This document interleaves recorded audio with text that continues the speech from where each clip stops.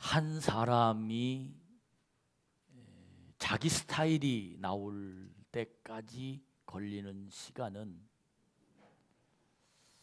한 30년 정도 살아야 그때부터 자기 스타일이 나옵니다.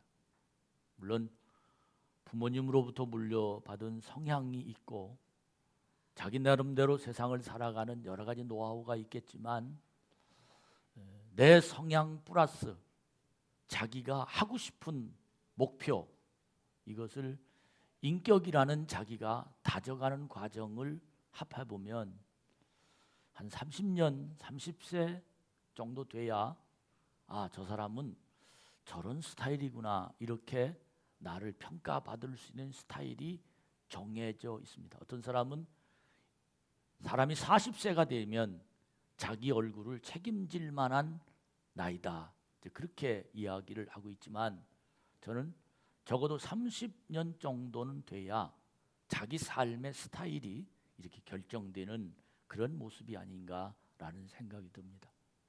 저는 요즘에 많은 매스컴에서 스타일이라는 이야기를 들으면서 참 많은 도전이 됐어요.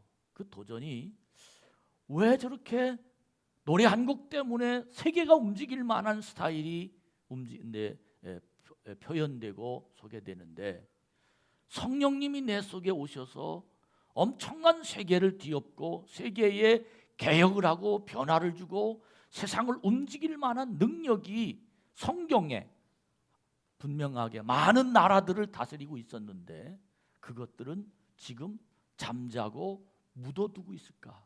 지금 미국이라는 나라가 성령의 능력에 도전받고 있습니다. 심지어 한편에서는 왜 대통령이 취임할 때 성경 위에 손을 얹고 취임하냐라는 것을 도전하는 그런 일까지 미국이라는 나라가 지금 복음에 대해서 도전받고, 전 세계적으로 사실은 미국의 기독교 교육을 공교육으로 이렇게 하는 걸 하지 말아야 된다라는 그런 이야기, 또 한국도 사실은 그런 많은 일들이 지금 벌어지고 있으면서 스타일, 저는 적어도 제 욕심이 아닌 모든 하나님이 세계 교회에게 원하시는 내용이 성령 스타일이 되라, 아마 그걸 요구하는 것 같은 그 메시지가 내 마음속에 있어서 이번 주간에 이 강단에서 적어도 우리들이 그리스도인이라면, 내 속에 하나님의 영이 임해서 내가 구원받은 하나님의 자녀라면 적어도 나는 내 스타일이 성령 스타일로 사람들에게 각인되어야 되지 않겠는가 하는 생각 때문에 하나님이 저에게 감동을 주셔서 말씀을 허락해 주신 줄로 믿습니다.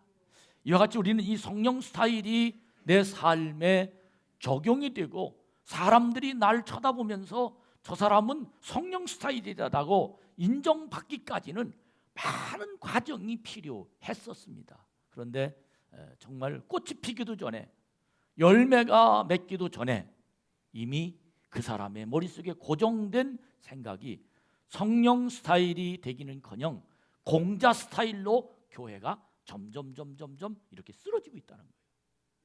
성령 스타일은 내 삶이 주님의 말씀으로 말미암아 감동이 되고 행복하고 기쁨이 되고 하나님 말씀대로 내가 세상을 변화시키고 주님이 말씀이 내 속에 임해서 소금이 되고 빛이 되고 정말 주의 말씀이 내 자신의 흥분이 될 만큼 행복한, 이것이 바로 성령 스타일인데, 공자 스타일은 공자님 말씀이 이렇게 하라고 하셨습니다 라는 주문 때문에 움직이는 도덕적인, 윤리적인, 또 다른 사람의 이목 때문에 어떤 내 속에 그렇게 해야 되지 않을까라는 자기 얼굴 때문에, 때로는 자기 직분 때문에, 때로는 자기가 생각해야 할 어떤 이런 것 때문에 하는 그 교회 생활, 그것이 바로 공자 스타일입니다. 이것이 바로 율법주의자이고 이것이 바로 윤리주의자들입니다. 이러므로 교회는 겉모양은 하나님이지만 속모양은 공자로 바꿔지는 이 참 엄청난, 그래서 공자가 죽어야 교회가 산다라는 책을 아마 여러분들이 읽어보면 분명하게 무슨 내용인지를 여러분 잘 알 겁니다. 사람들을 표현해도 교인을 표현해도 그 사람이 사람을 잘 도와주면 믿음이 좋은 사람이야 라고 표현하지만 그런 거 아닙니다. 사랑하는 여러분, 오늘날 교회가 어떻게 문제가 되고 있느냐 하면 교회 안에서 사랑이 많아야 된다고 그래서 사람들에게 광고를 해놓고 저 교회는 사랑이 많은 교회라 라고 말하면서 저 교회는 몇 교회를 도와주고 있어, 저 교회는 누구를 돕고 있어, 저 교회는 이걸 하고 있어, 광고판에 저 교회는 이런 걸 하고 있다는 이야기를 해야 그 교회로 사람이 모입니다. 왜? 그 교회는 사랑이 많다라고 광고가 됐기 때문입니다. 정작 그 교회 속에 들어있는 사람들을 보면 과연 그 속에 사랑이 담아있는 사람들일까요? 이 말은 교회의 경영 전략이 담아 있어야 교회가 부흥되지, 교회의 경영 전략이 담아 있으면 아니면 교회를 경영으로 보는 눈들이 얼마나 시각이 많은지 알 수 없습니다. 정작 교회는 그 교회 다니는 성도의 심령에 성령님이 주관해야 하나님이 사랑받는 교회입니다. 깨달으시면 아멘. 할렐루야. 여러분이 오늘 이 한 주간 우리에게 주어진 이 말씀으로 저는 생각하기를 강남스타일에 대한 많은 사람들의 찬동과 움직이기만 하면 강남스타일 말춤 추는 거예요. 이게 세계적으로 지금 아주 통용이 되고 있어요. 그렇다면 우리가 도전받아야 할 내용은 입만 벌리면 예수님을 찬양해야 됩니다. 할렐루야. 이 사람이 성령 스타일입니다. 내 속에서 하나님의 말씀이, 하나님의 응성이 우리에게 들려졌는데 저는 오늘 세 본문을 오후 예배에 성령 스타일 2를 말씀을 전하면서 이 세 본문이 상당히 많은 연결을 해주고 있는데 그 첫 번째 4장 1절의 말씀의 내용을 보면 예수님께서 성령의 충만함을 입어 요단강에 돌아오사 광야에서 40일 동안 성령에게 이끌리어라고 말합니다. 누가복음 3장에 보면 40일을 금식한 내용, 그리고 금식 마치고 난 다음에 성령이 충만함을 받아서 이제는 성령에게 이끌리어. 우리 한번 따라합시다. 그리스도인은 언제나 성령에 이끌린 사람이 되어야 된다. 이끌린다라는 말은 뭡니까? 손을 잡고 간다는 겁니다. 손을 잡고 간다는 겁니다. 이끌린다는 말은 뭡니까? 나침판을 본다는 겁니다. 이끌린다는 말은 뭡니까? 자동차의 내비게이션이 이야기를 말을 하는 쫓아가듯이 좌측으로 가세요, 우측으로 가세요, 몇 밑에 있으면 뭐합니다. 바로 이것이 바로 이끌린다는 말입니다. 그리스도인은 성령에 이끌린 사람, 성령에 이끌리어 생활하는 사람. 그리스도인은 내 판단이나 내가 좋아하거나 다른 사람에게 보이게 하거나 이것이 내 목표나 내 삶이 아니라 그리스도인의 가장 중요한 핵심은 성령에 이끌리어. 이끌린 사람만이 성령의 스타일이 나옵니다. 여러분, 똑같은 내비게이션을 달아도 어떤 내비게이션은 이쪽으로 인도하고 어떤 내비게이션이 저쪽으로 인도해요. 이게 뭐냐? 전 그렇게 요거는 좀 덜 똑똑하고 요거는 좀 똑똑하다. 우리 요거는 좀 업그레이드 된 거고 요거는 좀 나중에 옛날이 된 거다. 저는 이렇게 알았는데 오늘 가만히 요 내비게이션은 그 스타일이고 요 내비게이션은 요 스타일이야. 여러분 내비게이션 그거 들었습니까?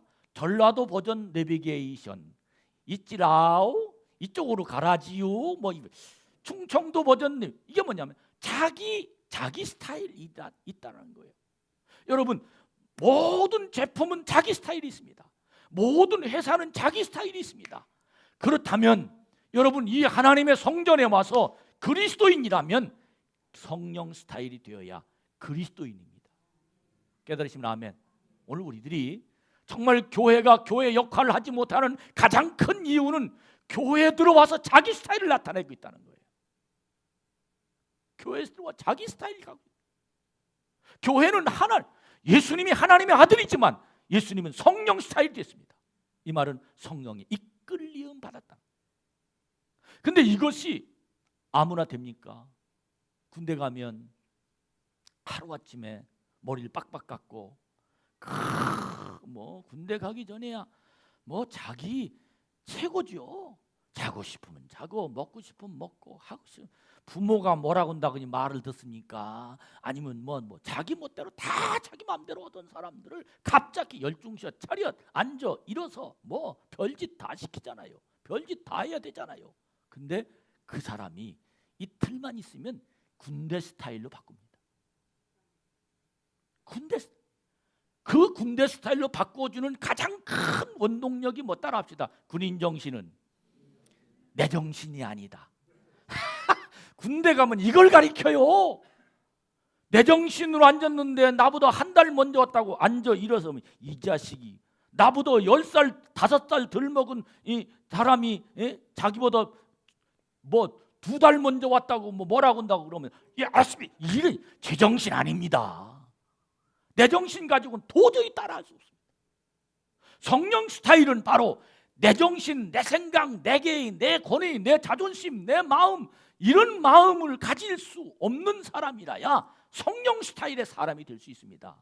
그때라야 하나님이 그 사람을 움직입니다. 어떻게 하면 그렇게 될 수 있냐? 나를 죽이고 엎드리고 비굴하게 아이고 하나님 나 이렇게 억지로 하면 하루밖에 못합니다. 어떻게 하면 성령 스타일의 사람이 될 수 있느냐? 그것이 바로 오늘 예수님이 우리에게 말씀하신 것처럼 성령 스타일의 사람은 오늘 이 14절에 보니까 예수님이 성령님이 다 시험을 마치고 난 다음에 14절을 보니까 갈릴리로 가라니까 다시 또 갈릴리를 갑니다. 가라니까 가요. 또 18절을 보니까 주의 성령이 내게 임하여 라고 성령이 내게 임하여 말씀을 하는데 그 말씀이 어떤 말씀이냐면 이사야에 있는 말씀이 예수님 머릿속에 콱 박히게 됩니다. 그대로 전하게 됩니다. 그대로 가난한 자에게 복음을 전파하게 하시려고 눈먼 자에게 다시 보게 눌린 자를 다시 자유케 하시려고 이 말씀을 예수님에게 주심이 이게 누구냐? 성령님이 예수님이 입을 벌려서 하시는 말씀의 내용이라는 겁니다. 여러분이요, 교회가 왜 능력이 없습니까? 내가 능력이 없어서 교회가 능력이 없는 것이 아니라 교회는 성령을 담아야 될 텐데 성령을 담지 아니하고 사람이 담아 있어서 교회가 능력이 없게 보여지는 것밖에 없습니다. 오늘 여러분과 제가 믿음 안에서 성령이 우리를 움직이고 계시다는 이 분명한 사실에 아멘하는 자가 되기를 주의 이름으로 축복합니다. 그렇다면 어떻게 하면 성령의 이끌림을 받는 사람이 될 수 있느냐?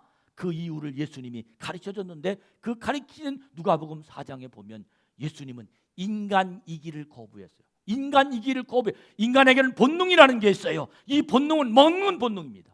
심리학자들은 인간을 8가지 본능으로 보지만 예수님은 3가지 본능으로 줄여서 얘기했어요. 8가지 인간에게 8가지 심리학자들이 본능이다. 먹고 싶은 거, 자고 싶은 거, 명예요, 성요, 무슨 요, 다 이게 8가지 욕구를 얘기했습니다. 그러나 예수님은 3가지 욕구를 얘기했는데 그 3가지 욕구 중에 첫 번째가 뭐냐면 너 40일 금식했으니 돌을 떡으로 만들어 먹어라. 인간의 본능이라면 무슨 아유 감사하지. 그럴 능력이 있는데 내가 왜 안 먹습니까? 그러나 성령에 이끌린 사람들은 하나님의 눈치를 보는 사람이에요. 그때 하나님 말씀하십니다. 사람이 떡으로만 살 것이 아니라 하나님 말씀으로 사느니라. 이게 하나님의 길. 여러분이 힘들 때, 돈이 필요할 때, 명예가 필요할 때, 내 인생의 문제가 해결되지 않을 때, 내 뜻대로 되지 않을 때, 그때 여러분의 몸은 우선 이 문제부터 해결하자라는 생각이 인간의 본능입니다. 그러나 그리스도인 성령 스타일은 주여 말씀해 주시옵소서. 이게 성령 스타일입니다. 왜? 그 말씀 속에 떡을 먹는 것보다 이 문제를 해결하는 것보다 그 말씀 속에 내가 지금 건강을 찾는 것보다 그 말씀 속에 내가 지금 명예를 찾는 것보다 사실은 더 좋은 아이디어, 그 아이디어가 뭐냐면 말씀에 담아있다는 거예요. 아멘? 여러분 이 말씀을 인정하는 자가 되길 축복합니다. 이 말씀이 여러분의 삶의 자리가 되기를 주의 이름으로 축원합니다. 이 말씀이 여러분의 인생이 되길 주의 이름으로 축원합니다. 그리고는 높은 데를 끌고 올라가서 한번 뛰어내리라는 거예요. 너 능력 있지 않냐? 너 뛰어내리면 사람들이 막 박수치고 야, 저 사람 뛰어내렸는데도 하나도 다치지도 않고 굉장히 대단하네. 너 굉장히 우러러 존경받을 거 아니냐? 여러분, 이 말을 듣고 주 너희 하나님을 시험하지 마라. 다만 하나님께 경배해라. 한 번만 절하면 세상을 다 줄 거다. 여러분, 인간의 본능에 세상을 다 갖고 싶은 것이 본능입니다. 인간의 본능이 다른 사람보다 높아지는 겁니다. 칭찬받는 겁니다. 존경받는 겁니다. 이런 거 다 버리고 성령에 이끌린 사람은 오직 하나님이 무슨 말씀을 하시는가, 이것이 바로 성령이 이끌림 받는 사람입니다. 만약에 그 말대로 됐으면, 사단이 시키는 대로 했으면 예수님은 더 이상 하나님의 일을 감당할 수 없었을 것입니다. 여러분, 저는 여러분이 성공하기를 원합니다. 행복해지기를 원합니다. 복을 받기 원합니다. 세상에서 어떤 사는 것, 그러나 그것보다 더 중요한 건 하나님이 주시는 세상을 사시기 바랍니다. 그 세상에 여러분이 원하는 성공 플러스 하나님이 축복하십니다. 저는 오늘 이 성령 스타일을 가슴속에 품으면서 성령이 어떻게 역사하고 계셨는지, 오늘의 한국의 교회가 어떻게 섰는지, 그리고 한국 교회가 어떻게 움직이고 있는 건지, 과연 성령님이 내 인생을 어떻게 지금도 주관하고 있는, 내 생활과 교회는 그냥 와서 기도드리는 곳인가? 내 생활과 교회가 간 어떤 관계가 있는 건가? 내가 성령 스타일이 된다는 사실은 어떤 것인 건가? 나는 이 말씀의 해답을 오늘 이 시간 여러분 받고 가는 자가 되기를 주의 이름으로 축복합니다. 1901년에 미국의 어느 신학교 여학생으로부터 방언이 임재하는 것부터 사실은 성령의 간섭이 사람들에게 임하면 방언이 되기 시작한다라는 것에서 시작해서 성령 운동이 시작됐다 그래요. 이런 운동이 시작되면서부터 미국에 있는 선교사들이 한국으로 들어왔습니다. 미국의 선교사들이 들어온 사람들이 36명인데 36명 중에 두 신학교에서 한국에 들어와서 복음을 증거했다고 합니다. 39명 중에. 근데 프린스턴 신학교 출신들이 16명이었고 맥코미 신학교 출신들이 11명이었는데 프린스턴 신학교는 하치라는 목사님과 워필드라는 목사님을 중심으로 철저하게 성령의 역사는 사도시대 이후로 중지되었고 역사적 오순절 성령 강림을 단회 이례적으로 해석하면서 그들은 인격이나 도덕이나 예수님을 믿으면 소금과 빛이 되고 예수님을 믿으면 이런 세상을 살아야 되고 예수님 믿음으로 마음에 평안이 오고 예수님 믿음으로 천국을 갖고 있고 어떤 교과서적인 이야기만 하고 있었답니다. 그런데 그 중에 11명은 맥코미 신학교 선교사들은 오순절 성령의 강림이 연속적으로 역사한다는 입장에 서 있었기 때문에 한국의 오순절적인 성령의 역사를 수용할 수 있을 뿐만 아니라 이를 지지하고 지원했다는 겁니다. 그들이 오기 전에 이미 사실은 한국에 놀라운 역사가 일어났었습니다.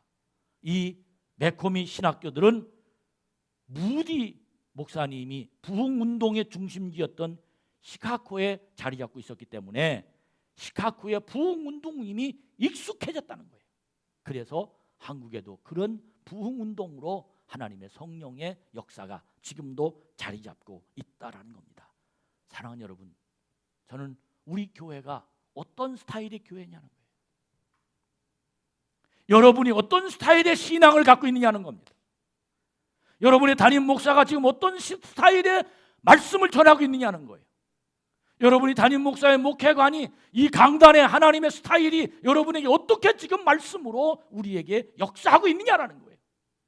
이 스타일이 내 속에서 익숙하지 아니하면 말씀의 은혜가 안 됩니다. 저는 간절히 바랍니다. 이 강단의 성령의 스타일을 여러분들이 아멘하며 영접하면 하나님의 역사를 그대로 일으키는 놀라운 승리가 일어나게 될 줄로 믿습니다. 한국교회는 1903년에 하지라는 선교사가 회개하면서부터 1907년에 장대현 교회에서부터 더 큰 하나님의 역사를 이룩하면서부터 한국교회 교회사가 달라지기 시작합니다. 그때 회개해서 새벽기도가 300명, 500명이 모이 그때 은혜 받은 길선주 장로를 비롯해서 그때 하나님의 역사를 이룩하기 시작하는 놀라운 능력이 한국의 부흥운동으로 시작하며 그때 병 고치기 시작하고 그때 사람들이 하나님의 은혜로 날마다 변화되기 시작하고 술 주정뱅이였던 중독자들이 하나님께로 돌아와서 새로운 사람이 시작되기 시작하고 용기 없는 자가 용기 있기 시작하면서 성령이 그 속에 들어와서 사람을 변화시키고 개혁시켰던 사건들이 그의 삶 속에서 움직이며 성령 스타일의 한국교회로 자리 잡을 수 있었다는 겁니다.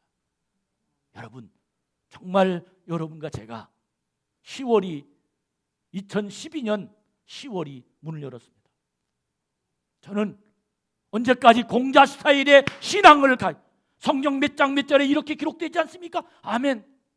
아멘이면 뭡니까? 가슴에 능력이 없는 거. 기도는 이렇게 하는 겁니다. 가리키면 뭡니까? 그 속에 하나님의 역사가 나타나지 않는 거. 어쩌고 저쩌고 말을 하면 뭡니까? 그 속에 하나님의 권세가 없는 거. 저는 오늘 낮예배 때 여러분들에게 현용수 박사님 쇠마교육을 가리키는 그분의 가정을 소개해드렸습니다. 말씀의 권위. 내 자식이지만 내 자식이 전하는 목사가 아닌 강단에서가 아닌 가정에서 예배 드릴 때라도 그 자식이 전하는 말씀은 하나님 말씀이다. 그 하나님 말씀의 권위를 순종하는 아버지, 그 가정이야말로 하나님이 책임지시며 성령 스타일의 가정으로 승리하게 된 줄로 믿습니다. 여러분, 오늘 이 오후 예배에 여러분과 제가 믿음으로 하나님의 은혜 가운데 다시 한번 내 마음을 점검해서 예수 믿는다라는 것이 교회에 온다는 것이 아닙니다. 예수 믿는 것이 성경을 가르치고 배운다라는 것, 이것밖에 존재하는 게 아닙니다. 예수 믿고 나면 성령님이 내 속에 오십니다. 할렐루야. 성령이, 내가 성경을 몰라도 성령님이 내 속에 오십니다. 내가 착한 일을 하지 않아도 성령님이 내 속에 오십니다. 나도 모르는 사이에 내 속에서 하나님이 나를 이끌어 가십니다. 난 이 오후 예배에 피곤하십니까? 성령님을 초청하십시오. 여러분 어려워 사업이 안 되십니까?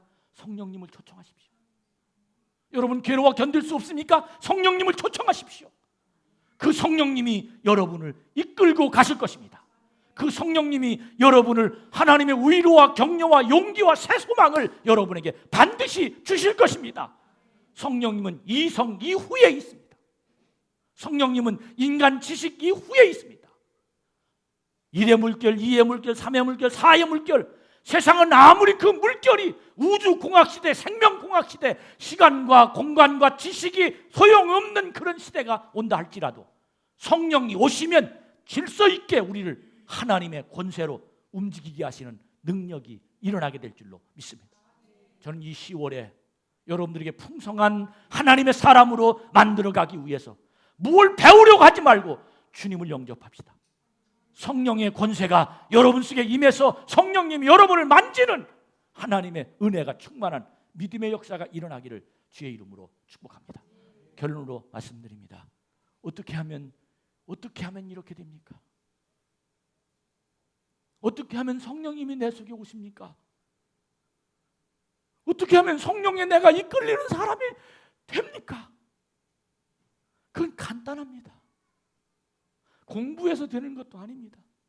배워서 되는 것도 아닙니다. 훈련받아서 되는 것도 아닙니다. 다른 사람을 쳐다봐서 되는 것도 아닙니다. 가장 중요한 시작은 주여 오시옵소서. 주여 내 속에 오시옵소서. 목마른 사슴이 주님을 만나고 샘물을 먹고 싶듯이 주여 오시옵소서. 근데 오시려면은 속에 주님이 오시는데 내 속에 거리끼는 것들이 있어요. 그 거리끼는 것들을 해결하는 방법을 보고 뭐라고 말하느냐 하면 회개라고 말합니다. 하나님, 내 속에 오셔야 될 텐데 내 속에 내가 나쁜 놈들입니다. 이런 짓거리를 했습니다. 그 다른 사람을 미워하고 이런 것도 굉장히 큰 회개거리지만 가장 큰 회개는 하나님을 인정하지 않았습니다. 하나님 인정하지 않았습니다. 하나님이 하시면 다 되는데 내가 하려고 했습니다.